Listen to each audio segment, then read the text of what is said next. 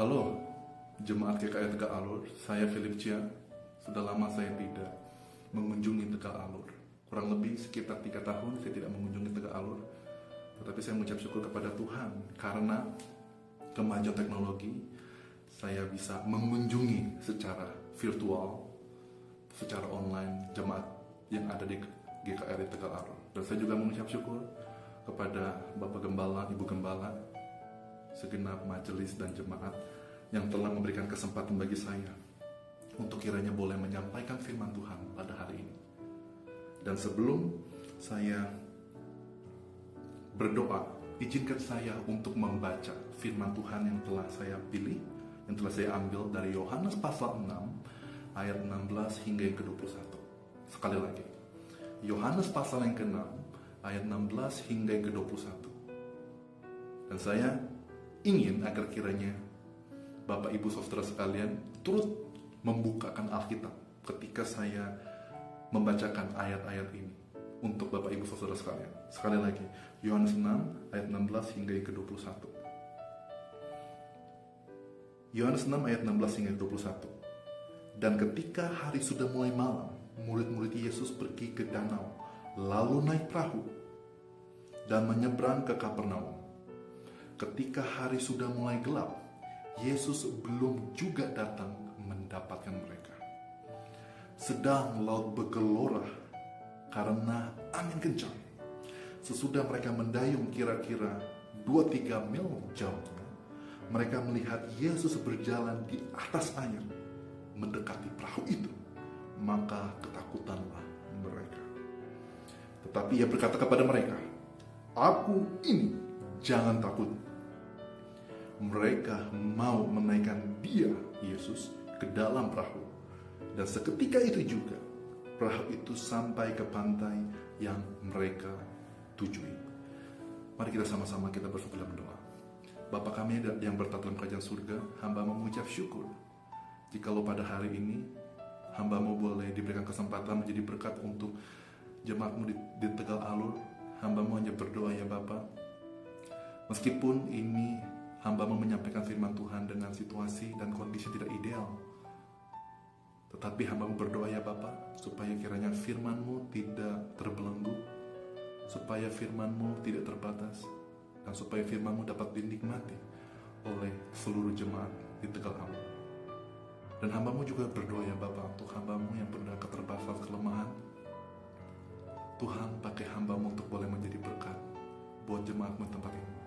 Berikanlah hamba-Mu ketenangan, berikanlah hamba-Mu kuasa Roh Kudus-Mu, dan berikanlah hamba-Mu kecakapan untuk menyampaikan firman, supaya mendengar firman-Mu ini hari ini tidak sia-sia. Mereka boleh dikuatkan, mereka boleh diteguhkan, dan mereka boleh mengenal Engkau lebih dalam lagi.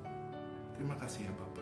Inilah doa hamba-Mu, hanya di dalam nama Tuhan Yesus Kristus kami sudah berdoa dan mengucap syukur pada-Mu. Saya kebetulan ada Mama Amerika, katakan Mama Amerika. Saya kenal dekat dengan beliau, dan hari ini khususnya dia menceritakan kepada saya, karena kita sering cerita, kita sering sharing tentang kehidupan kita, pergumulan kita saling menguatkan satu dengan lain. Jadi saya bersyukur mempunyai seorang ibu dari negara lain yang perhatian kepada saya. Dan saya tanya tentang kehidupan ibu ini, dan ibu ini mengatakan bahwa awal tahun ini mereka memulai dengan harapan.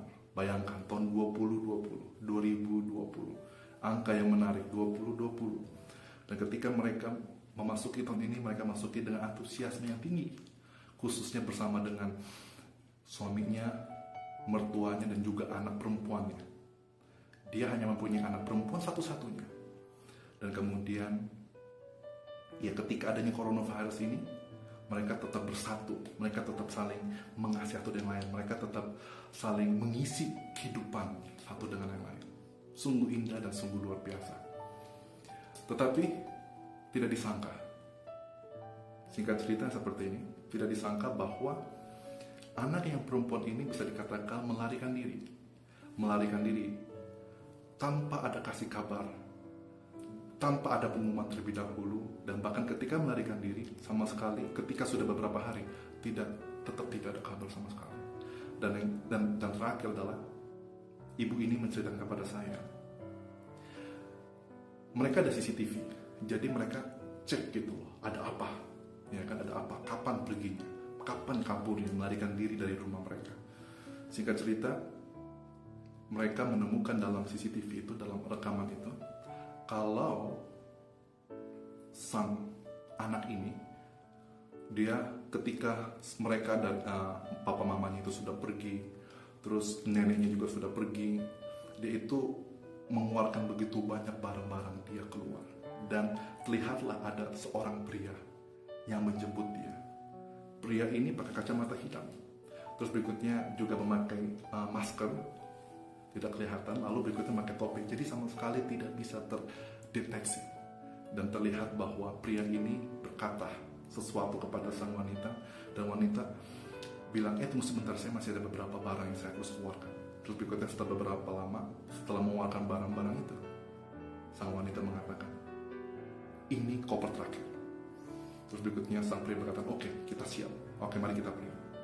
Singkat cerita, bahkan orang tua dari anak perempuan ini tidak tahu sama sekali siapakah pria itu. Tidak tahu, ini benar-benar di luar dugaan. Dan sampai akhirnya mama angkat saya ini sampai telepon polisi, sampai menangis, karena kok bisa gitu, tiba-tiba ini di luar dugaan sama sekali. Masalah yang datang itu bukan hanya bertubi-tubi, tetapi juga seringkali masalah yang datang bertubi-tubi itu juga ialah masalah yang datang di luar dugaan. Sama sekali kita tidak lihat, kita sama sekali tidak bisa prediksi, kita sama sekali tidak bisa antisipasi terlebih dahulu. Kenapa? Karena masalah ini adalah masalah yang terjadi di luar dugaan kita sama sekali, di luar kontrol kita. Dan ini halnya sama seperti halnya di dalam kitab Yohanes ini pasal yang ke-6. Yohanes memberikan keterangan terlebih dahulu sebelum memberikan masalah. Ada dua masalah di dalam teks ini yang murid-murid itu hadapi. Tetapi sebelum Yohanes membahas tentang dua masalah yang dialami oleh murid-muridnya Yesus, Yohanes menyampaikan ada beberapa keterangan, memberikan latar belakang terlebih dahulu, supaya kiranya pembaca dari kitab Injil Matius ini bisa memahami latar belakangnya, dan kemudian dibawa kepada klimaks, dibawa kepada konfliknya, supaya bisa merasakan sesuatu yang terjadi, intensitas yang terjadi, pergumulan terjadi di dalam teks itu. Yohanes memberikan beberapa keterangan. Keterangan pertama ialah keterangan waktu. Dikatakan apa? Ketika malam tiba. Ketika malam tiba, jadi dikatakan adalah ketika malam tiba, jadi kasih tahu keterangan waktu. Waktunya ialah malam. Bukan hanya Yohanes memberikan keterangan waktu, tetapi juga Yohanes memberikan keterangan tempat. Waktunya malam, tempatnya itu di danau. Lalu berikutnya memberikan juga keterangan sarana. Keterangan sarana, ketika di danau, mereka pergi dengan perahu. Jadi sarana, ada instrumen untuk di dalam lautan itu, yaitu dengan perahu. Jadi bukan hanya memberikan keterangan secara ayat 16, bukan hanya memberikan keterangan secara waktu, yaitu malam, memberikan keterangan tempat, yaitu dari segi danau, tetapi juga memberikan keterangan sarana, yaitu perahu. Di dalam ayat yang ke-17, kita bisa melihat bahwa Yohanes melanjutkan memberikan deskripsi dan memberikan keterangan kepada kita. Dikatakan tujuan, keterangan tujuan, yaitu murid-muridnya ini hendak pergi ke Kapernaum. Hendak sekali lagi pergi ke Kapernaum, ke seberang.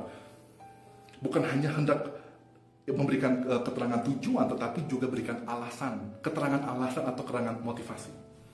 Motivasi dan alasan dari para murid untuk menyeberang, untuk pergi ke Kapernaum, kenapa? Karena hari sudah mulai gelap. Tapi sebetulnya dalam teks Yunani-nya dikatakan apa?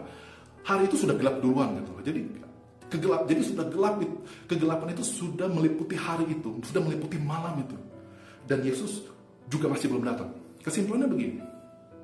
Di dalam Yohanes 6 ayat yang ketiga dikatakan bahwa Yesus itu bersama dengan murid-murid itu pergi ke atas gunung. Dan akhirnya mereka tinggal di sana. Ya kan?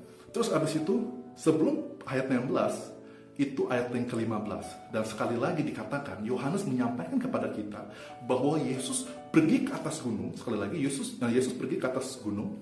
Beberapa orang mengatakan bahwa gunung ini merupakan dataran tinggi Golan. Itu kira-kira dengan ke danau ini kurang lebih 28 km. Dari dataran tinggi Golan ke danau ini kurang lebih sekitar 28 km. Dan ketika dan Yesus itu pergi ke atas gunung itu, dia pergi sendiri. Dia tidak pergi dengan murid-muridnya. Dia sekali lagi, dia pergi sendiri. Dan murid-murid itu menunggu Yesus. Murid-muridnya itu menunggu dan mereka berpikir, kenapa nih Yesus itu kok datang ya? Hari sudah gelap banget, hari sudah terlalu larut dan Yesus belum datang. Gitu. Jadi itu latar belakangnya. Dan mereka berpikir, karena kami pernah tinggal bersama dengan Yesus di gunung tersebut, kami kira-kira berpikir, Yesus itu sepertinya nggak mungkin balik malam ini. Karena malam ini sudah terlalu gelap. Dan kalau ingin balik pun memakan waktu cukup panjang karena berjarak 28 km. Jadi murid-muridnya berkata, oke, lebih baik kita ke danau aja. Lebih baik kita ke Kapernaum saja. Kita main-main saja. Mendingan kita refreshing saja. Karena kita tahu Yesus nggak mungkin datang malam ini. Jadi alasannya adalah apa? Yesus nggak mungkin datang dan hari sudah terlalu gelap, sudah terlalu larut. Marilah kita bersantai sejenak. Gitu. Marilah kita bersantai sejenak. Kita ke tengah danau. Kita refreshing di sana. Mungkin kita menangkap ikan. Jadi Yohanes itu memberikan begitu banyak keterangan kepada kita supaya kita bisa memahami. Waktunya ialah malam. Tempatnya yaitu adalah danau. Sarananya yaitu perahu. Lalu berikutnya tujuannya ke Kapernaum. Tujuannya sudah jelas. Alasannya pun juga oke untuk relax. Ya, jadi semuanya itu hanya santai saja. Ini merupakan rencana santai. Ini rencana yang sederhana. Rencana juga yang sudah dipersiapkan tentunya. Tetapi yang menariknya ketika Yohanes sudah memberikan deskripsi keterangan-keterangan di dalam ayat yang ke-16 dan 17, ayat yang ke-18 ada masalah. Jadi seringkali ini seperti kehidupan kita zaman ini. Seringkali kita itu sudah mempunyai rencana, kita sudah mempunyai planning, kita sudah mempunyai keinginan, kita ingin melakukan A, B, C. Sama seperti mama angkat saya, sudah merencanakan oke, ketika kita lockdown, kita harus tetap dekat satu dengan yang lain, keluarga harus semakin dekat, keluarga harus semakin intim, keluarga harus semakin mendukung. Tetapi nyatanya, anaknya melarikan diri. Dan tidak ada informasi sama sekali. Sampai mamanya ini menangis berhari-hari. Ini anak perempuan satu-satunya. Bisa bayangkan betapa terlukanya dia. Ketika sudah ada rencana, tiba-tiba rencananya itu luar biasa. Hancur berantakan. Sama seperti ini. Jadi ketika mereka pergi, sekali lagi, seperti kehidupan kita. Ketika kita membuat rencana, sama seperti di dalam ayat ini, ayat 16-17, ketika kita membuat rencana, tujuan kita sudah bagus, motivasi kita, alasan kita untuk membuat rencana sudah bagus, kita sudah telah, waktunya sudah jelas, sudah tepat, tempatnya sudah oke, sarananya, medianya semua sudah oke, kita sudah persiapkan dengan begitu mantap dan begitu luar biasa. Tetapi masalah selalu datang. Kita buat rencana atau tidak buat rencana, masalah tetap datang. Bahkan tidak sebagus apapun rencana kita, tetap masalah itu akan datang. Meskipun kita sudah begitu detail mempersiapkan segala sesuatu, tapi seringkali masalah itu sering datang. Cilakanya ialah kita seringkali mendapatkan masalah yang di luar dugaan. Itu yang paling berat. Masalah yang kita tidak bisa prediksi, masalah yang tidak bisa kita lihat sebelumnya, masalah yang tidak bisa kita antisipasi sebelumnya. Dan ini masalah yang cukup paling berat. Dan dikatakan di dalam ayat 18, ini merupakan masalah secara eksternal, di luar mereka, di luar kendali mereka. Mereka tidak bisa melakukan apapun. Kenapa? Karena ini laut bergelora. Karena apa? Karena angin yang kencang. Mereka tidak bisa mengendalikan angin, mereka tidak bisa mengendalikan alam, mereka tidak bisa mengendalikan lautan. Itu luar kendali mereka. Seringkali masalah-masalah yang terjadi dalam kehidupan kita adalah masalah eksternal, di mana kita tidak dapat melakukan apapun. Kita begitu terbatas, kita begitu lemah, dan kita begitu kecil untuk mengatasi masalah-masalah eksternal ini. Seperti contoh, coronavirus. Sama sekali kita tidak pernah sangka bahwa ini akan terjadi seperti ini. Akan menyerang kesehatan manusia.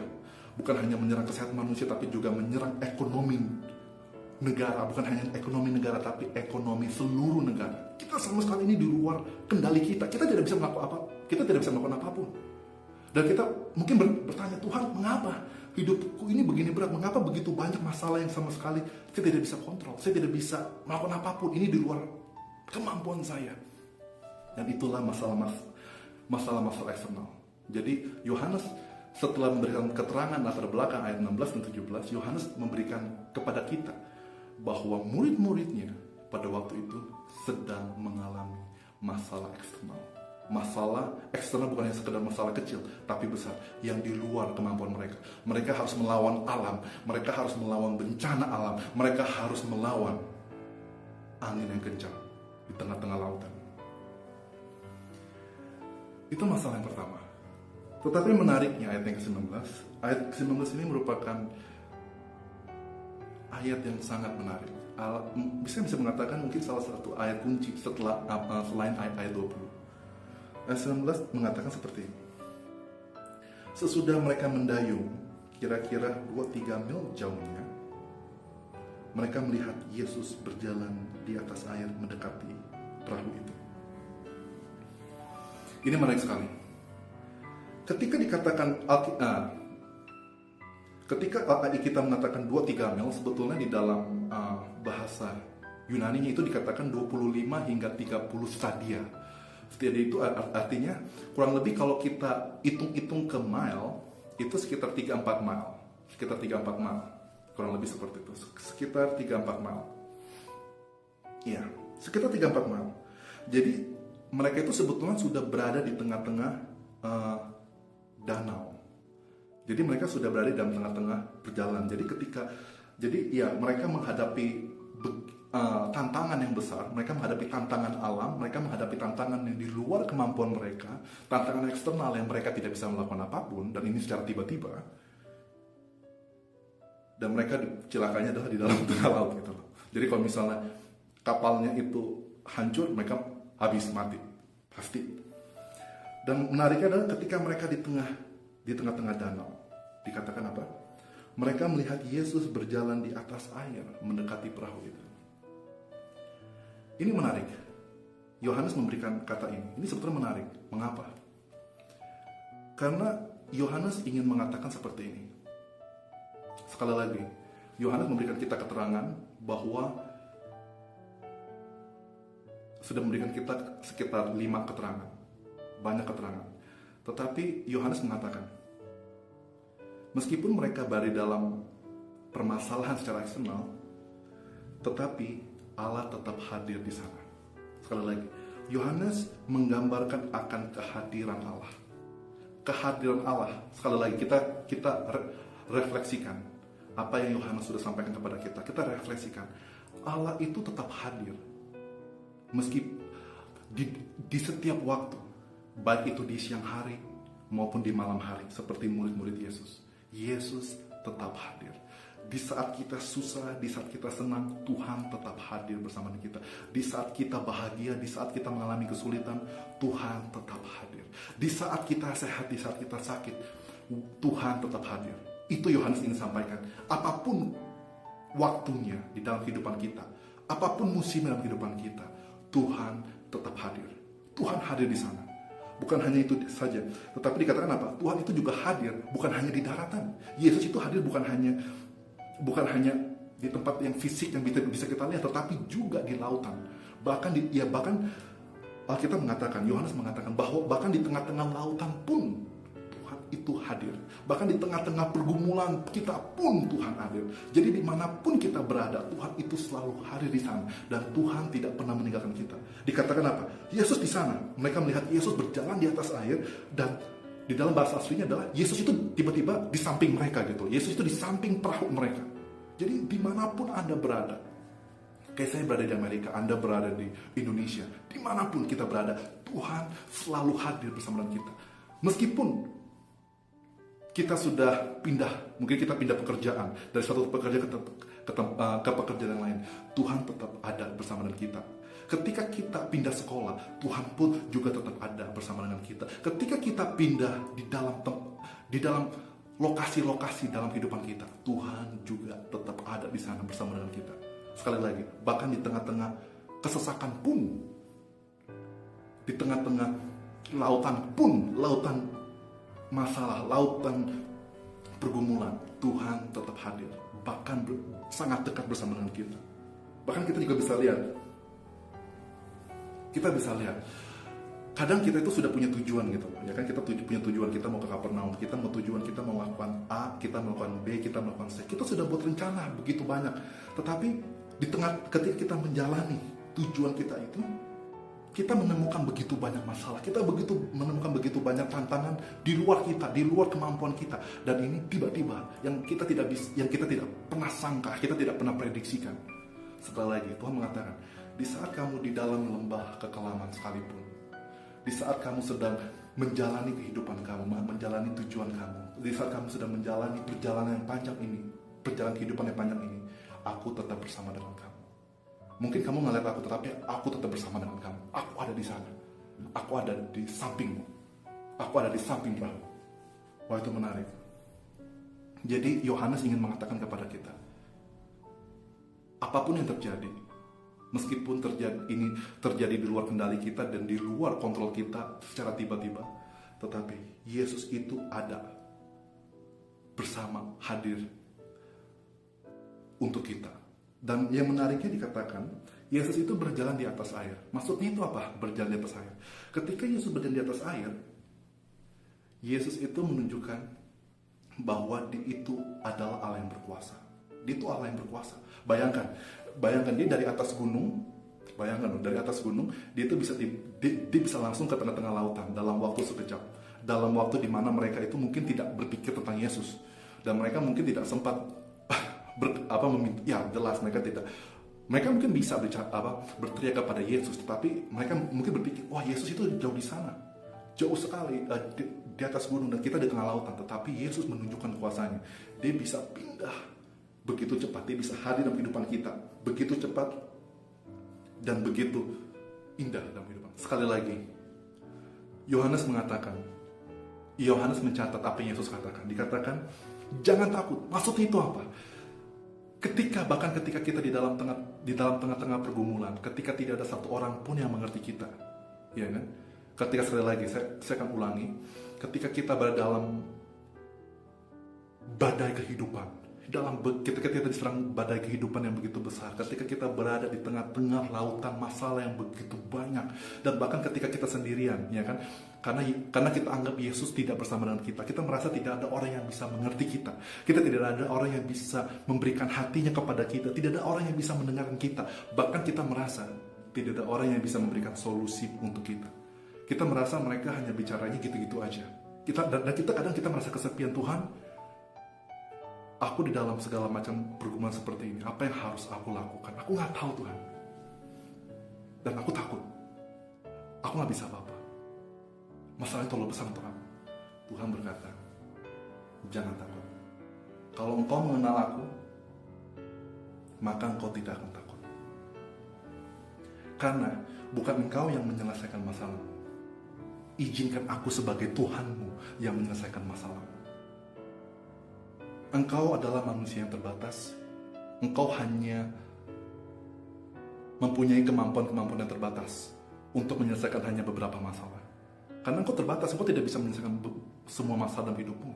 Tetapi aku ingin mengatakan, andalkan diriku sebagai pencipta yang tidak terbatas.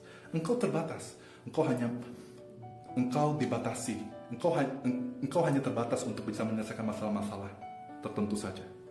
Tapi aku adalah yang tidak terbatas. Aku adalah Tuhanmu, aku Tuhan yang tidak terbatas. Izinkan aku untuk menyelesaikan masalahmu, karena engkau yang terbatas. Engkau tidak penuh hikmat. Engkau tidak tahu apa yang akan terjadi di masa depan. Bahkan sebulan kemudian, tidak ada seorang pun yang akan, sebetulnya tidak ada seorang pun yang sudah melihat coronavirus ini selama setahun yang lalu. Tidak ada. Kita semuanya memasuki tahun 2020 dengan optimisme yang tinggi. dan kita bangga dan kita senang, tapi akhirnya Tuhan membuktikan kepada kita bahwa kita tidak bisa melihat masa depan, kita tidak bisa tahu masa depan. Kita butuh Tuhan karena Tuhan adalah Tuhan yang penuh hikmat dan Dia bisa melihat ke depan, dan kita butuh Dia. Dan makanya Tuhan mengatakan, meskipun kau tidak tahu masa depanmu, kau tidak tahu rencanamu, begitu banyak masalah yang tiba-tiba akan menimpa hidupmu, tetapi andalkan aku, karena aku bisa melihat masa depan, karena aku tahu segalanya, karena aku penuh hikmat, dan percaya kepadaku bahwa segala rancanganku ialah rancangan yang penuh kebahagiaan dan penuh damai sejahtera. Berjalan bersama dengan aku, meskipun engkau berjalan di dalam lembah kekelaman, di dalam lembah ketidakpastian, di dalam danau yang bergelora, berjalan bersama dengan aku. Sekali lagi, ketika kita berjalan bersama dengan Yesus, itu tidak berarti bahwa kita tidak akan pernah menghadapi badai kehidupan. Sekali lagi, ketika Yesus bersama dengan kita, bukan berarti kita tidak akan pernah berada di dalam tengah-tengah laut masalah. Bukan berarti ketika Tuhan menyayangi kita, bersama dengan kita, bukan berarti kita itu tidak akan pernah merasakan masalah, kesepian, dan sebagainya. Tetap kita ada, tetapi Tuhan mengatakan, jangan andalkan emosimu, jangan andalkan perasaanmu, jangan andalkan pikiranmu, tetapi andalkanlah aku. Tahu siapa aku. Aku adalah Tuhan. Ketika engkau tahu aku, maka engkau jangan takut. Sekali lagi, solusi untuk masalah internal apa? Pertama, Yesus adalah Tuhan. Ucapkan itu. Ketika ada masalah, ingat Yesus adalah Tuhan. Tuhan yang maha hadir, Tuhan yang maha kasih, Tuhan yang maha baik, Tuhan yang tidak pernah meninggalkan anaknya. Lalu berikut yang kedua, meskipun badai ini begitu berat, tapi aku ingat, aku bersama dengan Tuhan. Oleh karena itu jangan takut. Ingat, ketika kita lihat masalah, ingat, jangan takut ya. Jangan takut, karena kita tahu. Kita bisa nggak takut karena kita tahu siapakah Tuhan. Sekali lagi, pertama, ingat Yesus itu adalah Tuhan. Lalu berikut yang kedua, untuk menghadapi masalah internal, yang kedua, kita harus mengatakan, jangan takut kepada diri kita sendiri. Karena apa? Allah bersama dengan aku. Karena aku punya Allah yang hebat. Lalu berikutnya ayat yang ke-21. Ayat yang ke-21 bicarakan tentang solusi, tentang jalan keluar. Ayat 20, jalan keluar secara internal. Ayat 21, solusi atau jalan keluar secara eksternal. Perhatikan, jadi masalah eksternal, masalah internal diselesaikan solusi internal terlebih dahulu, dan kemudian ditutup oleh solusi eksternal. Dikatakan apa? Ketika mereka tahu siapakah Yesus, Yesus yang hadir, Yesus yang berkuasa, Yesus adalah Allah, maka akhirnya apa? Mereka hendak menaikkan Yesus ke dalam perahu. Mereka nggak takut lagi. Mereka nggak takut lagi, dan mereka tidak memandang Yesus sebagai hantu lagi, karena mereka tahu, oke, Tuhan, terima kasih atas pelajaran ini. Melalui masalah ini kau menunjukkan bahwa engkau adalah Tuhan yang tidak pernah meninggalkan aku. Jadi maka akhirnya mereka memasukkan Yesus. Mereka hendak memasukkan Yesus ke dalam perahu. Jadi Yesus itu tidak lagi hanya di samping mereka, tapi mereka melibatkan Yesus di dalam hidup mereka. Mereka memasukkan Yesus di dalam perahu mereka, di dalam perahu kehidupan mereka. Dan yang menarik adalah ketika mereka nggak takut lagi, itu sikap. Jadi ada perubahan sikap. Sekali lagi, ketika kita tahu siapa Yesus, ketika kita sadar Yesus itu adalah Tuhan, masalah itu nggak langsung hilang. Tapi apa? Masalah eksternal nggak mungkin hilang. Tetapi yang menarik adalah masalah secara internal hilang. Dan itu mempengaruhi rasa sikap kita. Sikap kita, meskipun kita tetap ada masalah, tapi kita mensikapinya dengan cara-cara yang alkitabiah. Kita tetap percaya bahwa Tuhan itu baik meskipun kita sedang begitu banyak masalah. Dan akhirnya apa? Kita menaikkan Yesus ke dalam perahu. Kita melibatkan Yesus. Kita tidak lagi menjalani kehidupan kita.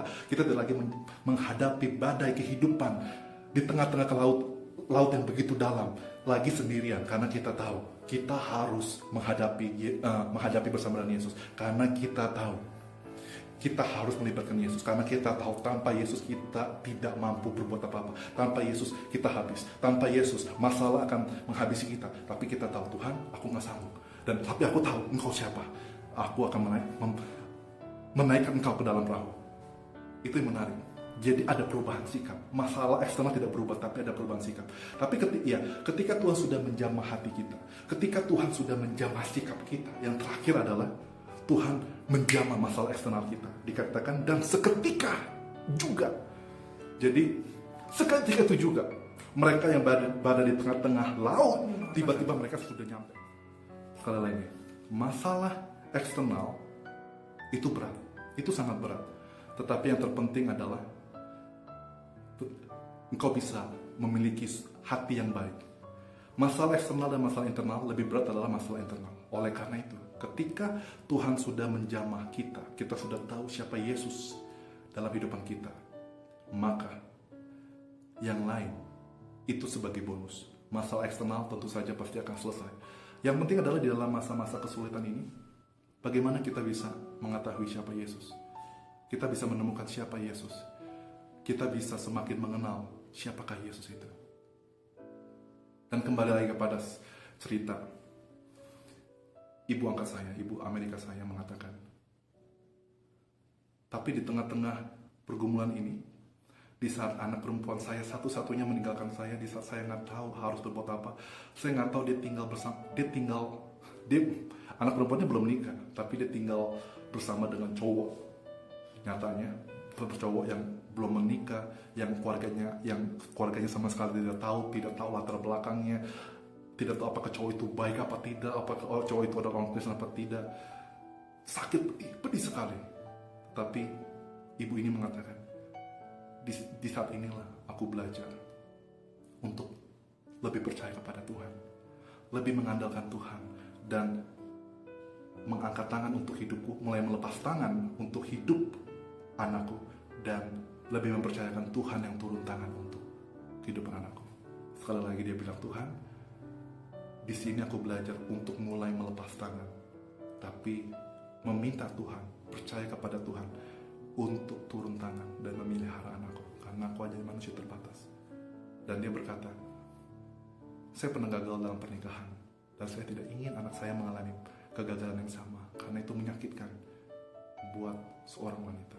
Dan sekali lagi dia berkata, aku tidak tahu bagaimana masalah ini akan berakhir, tapi aku percaya Yesusku adalah Tuhan, Allah yang setia, Allah yang perhatian, Allah yang pengasih, Allah yang berkuasa, dan Allah yang maha hadir. Bukan hanya untuk hidupku, tapi juga untuk hidup anakku. Saudara sekalian, saya nggak tahu masalah apa yang kita sedang hadapi sekarang. Mungkin masalah ekonomi, karena adanya coronavirus, banyak orang yang kehilangan pekerjaan, banyak orang yang takut pekerjaannya akan terhilang. Mungkin kita takut juga masalah kesehatan, kemanapun kita pergi kita was-was, kita takut. Dan mungkin masalah keluarga yang tak kunjung berakhir, kita bingung, Tuhan, apa yang harus aku lakukan? Tetapi kita harus tahu satu hal, bahwa Yesus adalah Tuhan.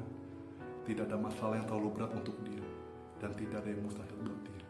Kalau dia bisa hadir dalam kehidupan murid-muridnya dan mengadakan mujizat begitu hebat, Tuhan yang sama bisa membantu kita melewati tengah-tengah kehidupan, badai kehidupan, dan di tengah-tengah laut masalah yang begitu besar. Dan sekali lagi, hanya Tuhanlah sumber kehidupan kita, jawaban kita, dan sumber solusi dan jalan keluar kita. Mari kita sama-sama kita tundukkan kepala dan kita berdoa. Tuhan Bapa kami surga, kami ucap syukur atas firman-Mu ini yang menguatkan kami untuk mengingatkan kami ketika kami ada masalah eksternal, itu sebetulnya membukakan pikiran kami.